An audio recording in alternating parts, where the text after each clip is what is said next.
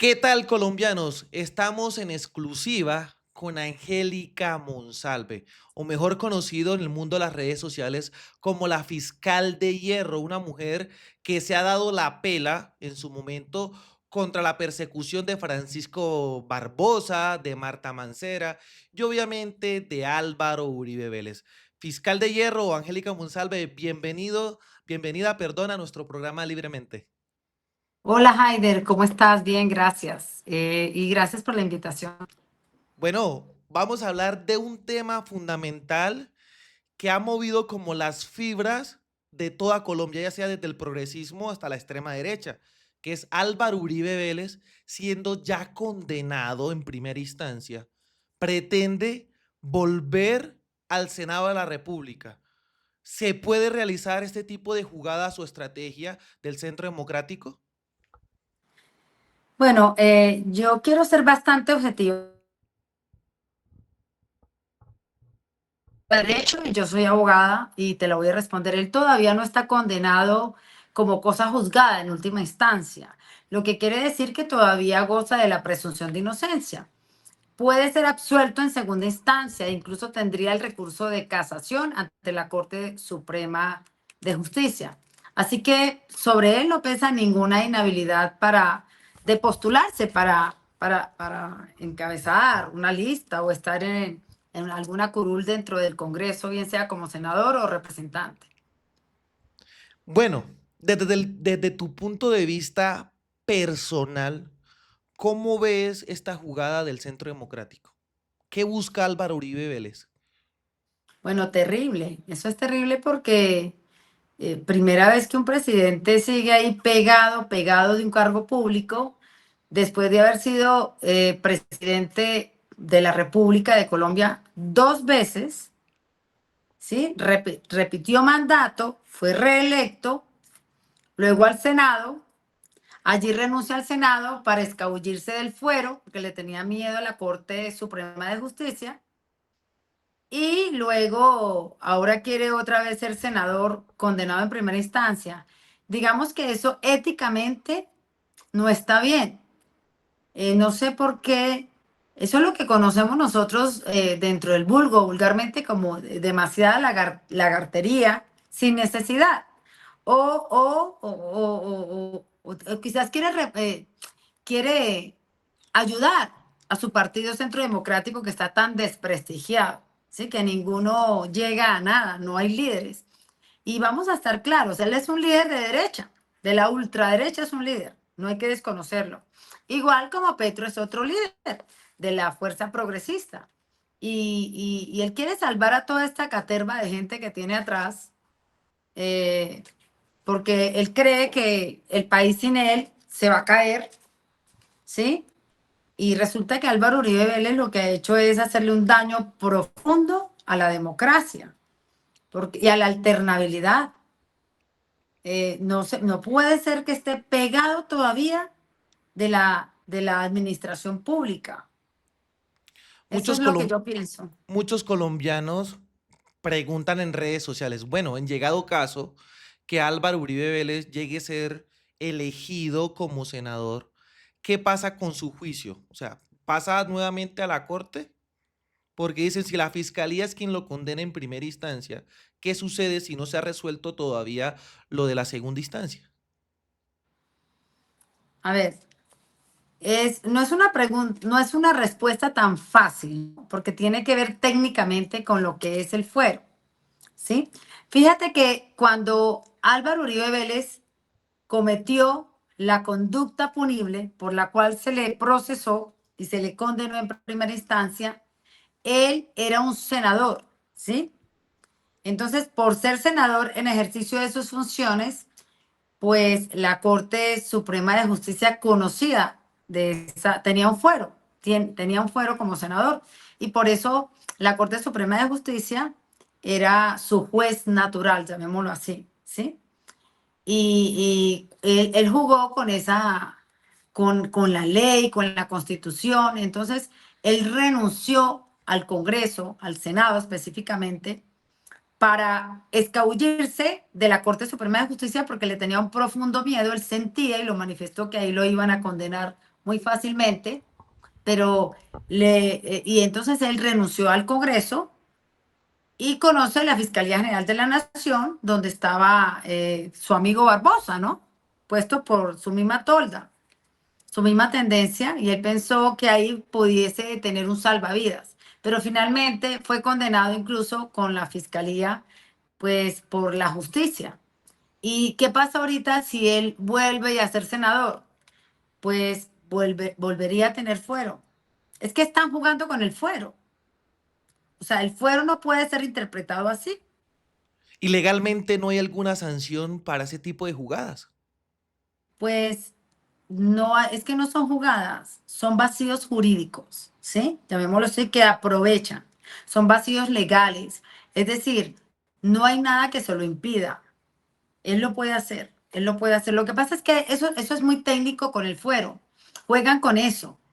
El fuero está previsto en el artículo 235 de la Constitución Política de Colombia y dice, es una prerrogativa que tienen ciertos altos funcionarios de que en el caso de que cometan una conducta punible, como como hurto, robo, homicidio, peculados, cualquier tipo de delito establecido en el Código Penal, esas personas no van a ser judicializadas por el juez natural que pudiese ser judicializado cualquier persona que no esté aforada, ni y van a ser judicializadas también por un procedimiento especial, una ley especial y por unos fiscales especiales y unos jueces especiales, llamémoslo así. Ellos no van a ser judicializados como nosotros. Entonces, cuando ellos estén ocupando ese alto cargo, ¿sí? Y cometan la conducta con relación a sus funciones, estando en ese alto cargo, son aforados. Lo que quiere decir que es una insensatez, un sinsentido, que Álvaro Uribe Vélez, al retirarse, cuando cometió el hecho punible, era un senador, entonces renuncia al Senado, entonces ya él no es aforado. Pero es que si el artículo dice de la Constitución en el parágrafo dice que el fuero se mantendrá cuando la conducta se haya cometido siendo, llamémoslo así para que la gente entienda, siendo aforado. Él se retiró del Senado, renunció, pero el conocimiento del proceso debió de haber seguido conociendo la Corte Suprema de Justicia, porque el delito lo cometió como congresista. O sea, no puede ser que el fuero esté en manos de la decisión de un personaje o de un funcionario. El fuero debe ser intangible, debe de ser permanente, debe ser, es una figura jurídica que no puede ser manipulada por los funcionarios. Y de hecho el parágrafo del artículo 235 lo dice así, pero como aquí no se cumple la ley y como las cortes interpretan el fuero como les da la gana a beneficio, digamos, de ciertas personalidades, entonces, ¿qué te puedo decir? Aquí estamos, yo siempre he dicho que Colombia es un estado de facto. Aquí no se respeta ni la Constitución ni las leyes. Yo he visto, gracias a esos vacíos y discusiones que has dado en redes sociales, que pides una reforma a la justicia. Cae como anillo al dedo eso que dices ahora. Entonces, explícanos cómo desde tu punto de vista, porque igualmente el presidente de la República también lo empieza a mencionar, que él incluso dice que por el tema de recolección de firmas y que sería a través de la reformar el nuevo Congreso y sería en el próximo mandato presidencial. ¿Cómo se podría dar todo ese tipo de reformas que pide a gritos el Estado colombiano y obviamente que todo el pueblo colombiano Mira, aquí es muy difícil responderte en tan poco tiempo. Voy a tratar de ser concreta, pero van a quedar muchas cosas por fuera. en el aire? Pero voy a concretar, mira. Eh, aquí han reformado la Constitución con un acto legislativo. Un acto legislativo es una potestad que tiene el Congreso de cambiar, reformar la Constitución siempre y cuando no cambien la estructura del Estado, ¿sí? Entonces han hecho más o menos unas 57, 60 reformas, ya perdimos la cuenta a puerta cerrada al Congreso, ¿sí? Sin que ni siquiera nos hayan hecho pedagogía y sin que ni siquiera los colombianos nos hayamos dado cuenta de qué se trata esas reformas, como por ejemplo la reelección presidencial de Álvaro Uribe Vélez Allí y que, política. y que también le benefició a Santos, ¿sí? Y que Santos dijo, bueno, como yo ya repetí, aquí nadie va a repetir, Congreso, mira, un acto legislativo para que ya no aprueben la reelección. Entonces, como tú puedes ver aquí, las decisiones que nos afectan a nosotros los colombianos, las toman son el Congreso. Nosotros valemos menos que nada porque no tenemos los mecanismos de participación democrática, son bastante escasos a la hora de nosotros ejercer esa participación política en los asuntos que impactan dentro de la sociedad. Entonces, fíjate, la reforma no lo llamemos reforma, no pueden ser reformitas, porque es que tiene que ser una Asamblea Nacional Constituyente que la gente le tiene tanto miedo. Yo he venido hablando de esto desde hace más o menos un poco menos de 3 años.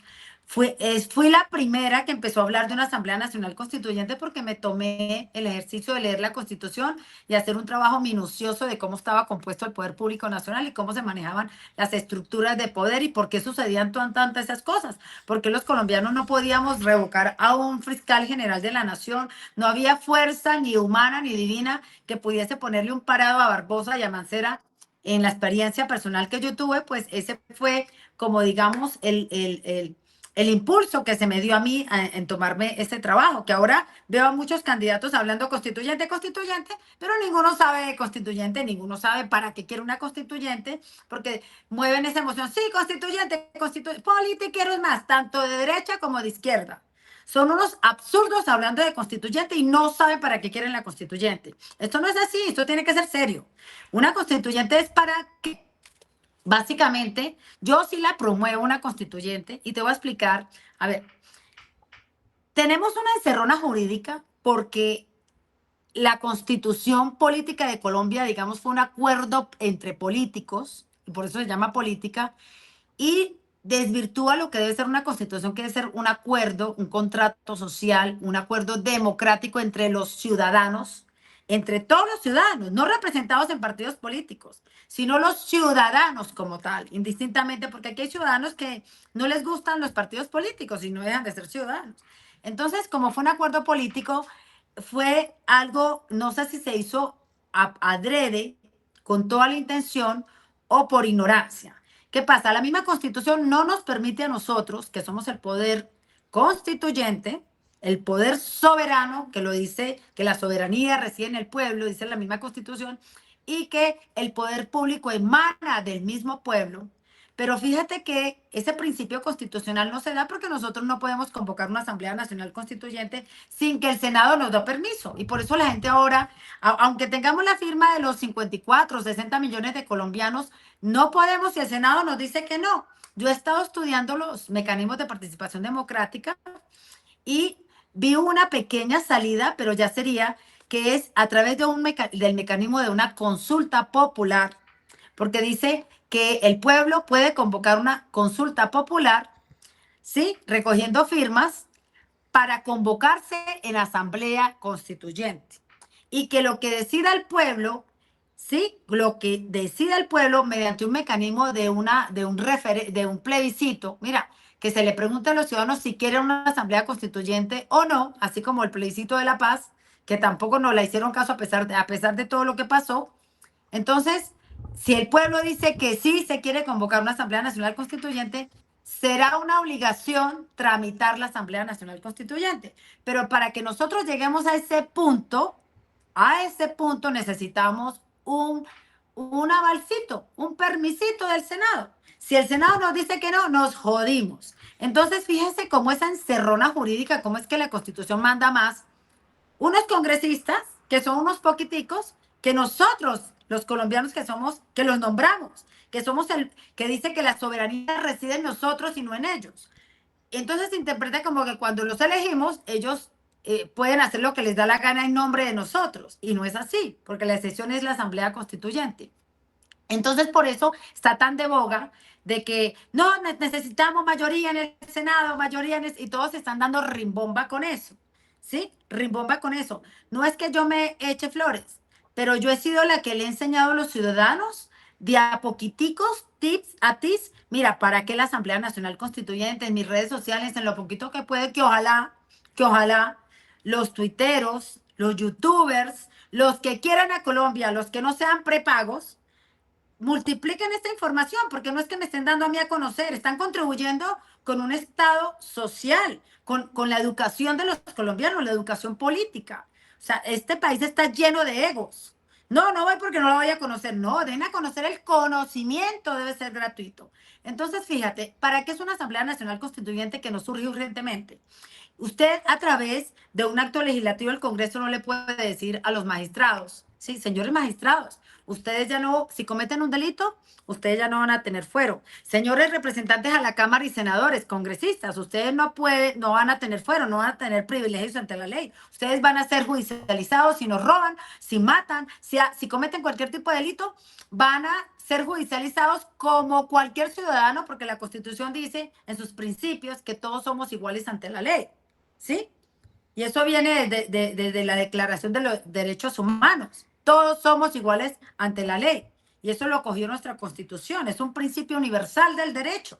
Pero el fuero garantiza impunidad. Aquí nadie puede ser aforado excepto el presidente por estabilidad política y política y por estabilidad nacional. El presidente representa la unidad nacional en la Constitución. Usted con un acto legislativo no le puede decir a, a ver, no le puede decir a los magistrados de del Consejo Nacional Electoral que ya no van a ser electos por los partidos políticos, no van a ser propuestos por los partidos políticos, sino que van a ir a un concurso público de méritos, con veeduría ciudadana y por un tiempo definido. Tampoco con eso le puede decir a los señores magistrados de las altas Corte Constitucional, Consejo de Estado, Corte Suprema de Justicia, Consejo Superior de la Judicatura y todos los demás magistrados del país, ustedes van a ingresar por un concurso público de méritos, con veeduría ciudadana y por un tiempo limitado, digamos 4, 5, 6 años, lo que diga el pueblo.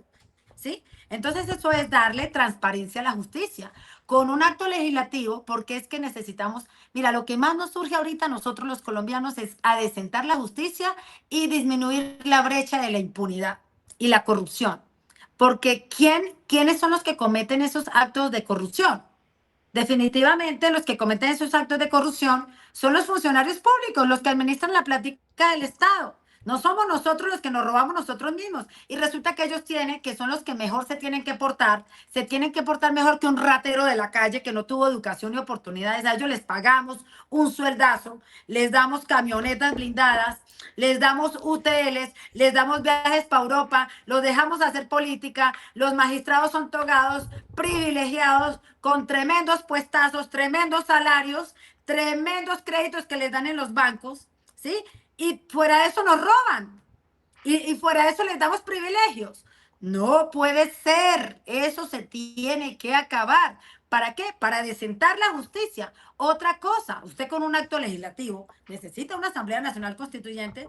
Usted no le puede decir a ver, usted no puede empoderar a los ciudadanos. Fíjese que la Constitución no nos deja revocar, o no la Constitución, la Constitución habla de que tenemos 7 mecanismos de participación democrática, pero resulta que no son de nosotros, es de los politiqueros. El único que nosotros podemos participar de los 7 que hay, que son la consulta popular, el voto, el referendo, el plebiscito, el cabildo abierto, la iniciativa legislativa y otro más, que no lo recuerdo en este momento, tenía que ponérmelo a escribir. Entonces, el único que nos pertenece realmente es la consulta popular, que nosotros podemos convocar una consulta popular y votar. Somos unos mamotretos para votar todas esas mentiras. Entonces nosotros necesitamos realmente tener participación democrática. Nosotros, y la revocatoria del mandato fue el otro que me faltó, porque fíjese que la Constitución nos dice, el ciudadano en ejercicio, el pueblo en ejercicio de su soberanía tiene los siguientes mecanismos. Pero entonces llegó el legislador, reglamentó esos derechos que deben de ser interpretados ampliamente y no restrictivamente, y nos dijo, no, no señor, ustedes no pueden revocar a un presidente de la República, ustedes no pueden revocar a un congresista. ¿Cómo se le ocurre que nos va a revocar a nosotros? Ustedes son el pueblo, ustedes no son nadie. Entonces hay que realmente reestructurar la Constitución para que haya verdadera democracia, para que haya Estado de Derecho, para que haya una verdadera acceso a la administración de justicia con unos tribunales o jueces independientes, ¿sí? Para que haya igualdad ante la ley, porque no la hay. Definitivamente el fuero garantiza impunidad para eliminar un montón de figuras jurídicas aberrantes que establece la Constitución, producto de un pacto político y no de un contrato social y no de un contrato social. Entonces, sí es necesario que el ciudadano tenga participación democrática. Sí es necesario que el ciudadano, que todos, cada que vaya el Congreso a tomar una decisión trascendental, porque es que la Constitución dice que Colombia es una república unitaria, descentralizada, con prevalecencia del interés general, pero aquí parece que hay prevalecencia del interés de los políticos. Fíjese usted cómo un congresista que es un legislador, ojo, es un legislador, tiene que legislar para el pueblo, lo que menos hace es eso. Exacto. ¿Ah? Hemos visto, no voy a decir ninguno en particular, cómo es un comercio de para votar una ley, cobran, cobran. Es que claramente lo que pasó con Camargo, que como Camargo dio todo su poder en la defensoría, puso los puestos en la misma corte para que lo ternen. Y me parece una propuesta de las más coherentes que dejas, que es por concurso de méritos, porque también Claro. hablan de elección del pueblo, pero yo no estoy de acuerdo con eso, porque si el pueblo empieza a elegir también los jueces, magistrados y demás, se vuelve la corruptela más grande. Porque yo soy Sí, testigo que acá en el Catatumbo pagan 50.000, 100.000 pesos por un voto al Senado, un solo voto. Imagínate con la Cámara, 250.000 pesos. Y si se llega a elegir eso con jueces, pues los ricos de Colombia terminan manejando la justicia a su antojo y hay más impunidad.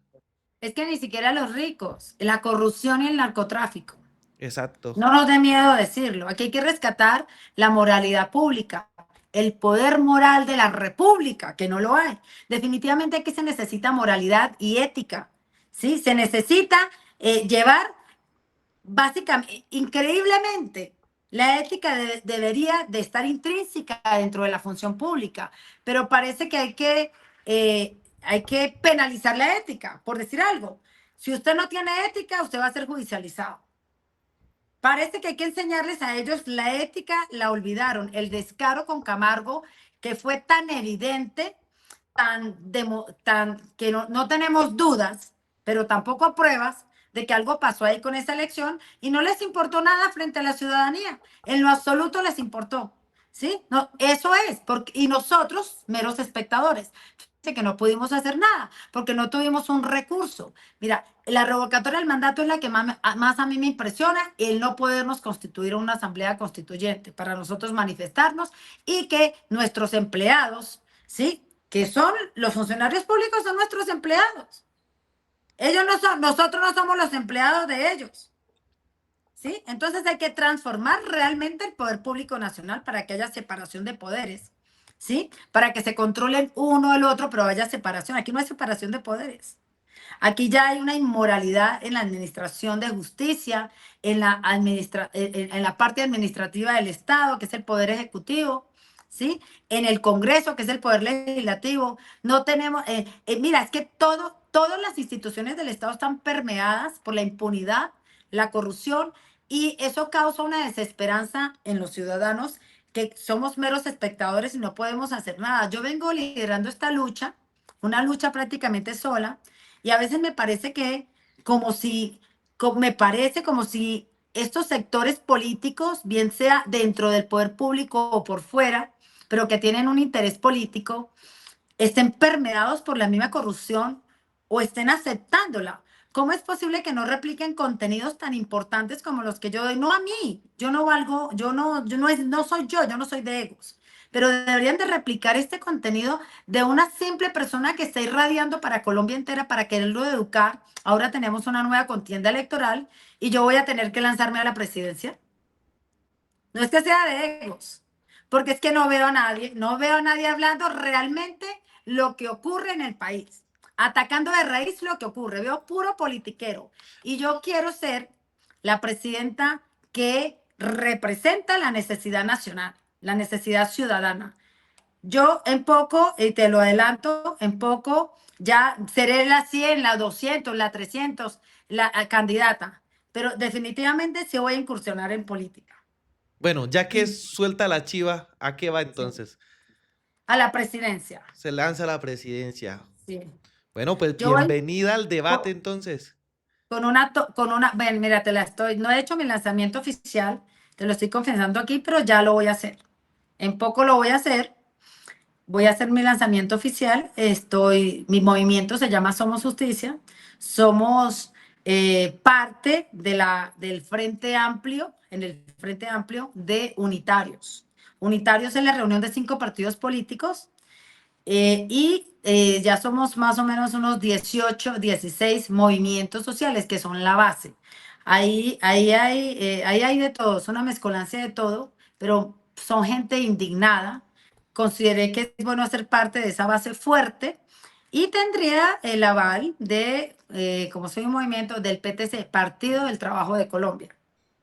Bueno, ¿Sí? Entonces, antes de que nos vayamos a eso, decías que a los politiqueros no les interesa, es que es fácil, ellos quieren tener al pueblo desinformado, no quieren perder el poder, no quieren perder el billete y no quieren perder todo lo que han logrado a través de qué? De la compra, de la corrupción de los diferentes puestos.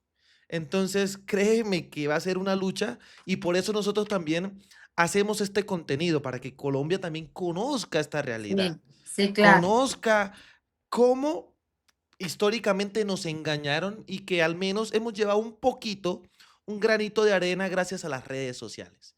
Entonces, ya de manera formal, Angélica, cuéntanos un poco qué se viene ahorita de cara a estos últimos meses del 2025 y ya como nos hablas, pues hablemos de tu campaña con el Frente Amplio. Ya te voy a contar y antes de eso quería acotar, mira, es que ahora el gran reto es generar confianza y credibilidad, que yo no veo que nadie la genere, ¿sí? Nadie, no hay ni siquiera, yo no veo nadie ni de izquierda ni de derecha generando confianza, credibilidad. Porque los partidos políticos ya son un negocio, son el mejor negocio que hay, ¿sí? Y yo soy antipolítica 100%, lamentablemente y constitucionalmente la única manera de ingresar a a la presidencia es a través del vehículo de un partido político. Pero yo soy antipolítica 100%, no me gustan los políticos ni los politiqueros. Estoy tan decepcionada como cualquier ciudadano, ¿sí? Esta campaña va a ser disruptiva y ya van a ver todo lo que hay tan chévere para nosotros los colombianos. Por una persona que se forjó sola, que no depende de un hombre atrás, ni de una mujer atrás, ni de un politiquero atrás. Se forjó sola, bien parada, que se le paró a un sistema corroído, de nuevo un sistema impune y un sistema corrupto al interior de la fiscalía y al interior de la rama judicial. ¿Sí? Entonces, ya después yo desplegaré cómo es mi participación en Unitarios. Unitarios tiene 5 partidos políticos. Tú puedes googlear y mirar cuáles son los partidos políticos. Utilicen Grok, ChatGPT, lo que quieran ahí les dice para no perder mucho tiempo hablando. Pero lo más importante es que tenemos una base social fuerte. 16, 18 movimientos sociales fuertes, muy fuertes a nivel nacional, que son la base política. Mi campaña va a ser preponderante porque quiero despertar esa fuerza, ese electorado abstencionista que ya no cree en nadie, ¿sí? Con unas propuestas grandes, unas propuestas pro país, pero atacando la base o la raíz del daño, lo que nos ha ocasionado a nosotros tanto retraso estructural, tanto retraso en educación, en oportunidades, en infraestructura, en la paz, ¿sí? Y bueno, hemos ido trabajando durante unos 2 años respecto a ese gran proyecto y Unitarios, Unitarios viene, esas bases vienen igual del pacto histórico y de otro y del centro, ¿sí? Vienen que ya no creen o han sido excluidos del pacto histórico por tanta manipulación que ha habido en el pacto histórico, en sus listas cerradas. Aquí, en sus listas cerradas, han metido, digamos, hay denuncias que han metido mafiosamente a la gente, que Gloria Flores ahí se está apoderando, esas pugnas que hay dentro del pacto histórico. Entonces, unitarios. Viene también muchas fuerzas que venían de ahí, se vinieron para unitarios, bases, la base realmente votante, ¿sí? Porque el pacto son partidos políticos, pero hay mucha gente desconcertada en los territorios y esas bases, esos líderes sociales realmente se vinieron para acá. Pero aquí no solamente hay gente de izquierda, centroizquierda, también hay gente que crea un ideal que es un ideal pro país. Me gusta todo lo que está ahí, nos vamos a listas abiertas, ¿sí? Tanto al Senado nos vamos a listas abiertas, entonces el ciudadano va a votar es por el candidato, Por la ¿sí? persona, sí, claro. Por la persona, ¿sí? Como dice en la Constitución, entonces no va a estar engañado. ¿Sí? Va a votar es por la persona porque en las listas cerradas entran cualquier caterva de inútiles que llegan al Congreso a nada. Ni siquiera saben qué es una ley. Una ley es un acto sancionado por las cámaras como cuerpos legisladores. Y aquí necesitamos realmente legisladores.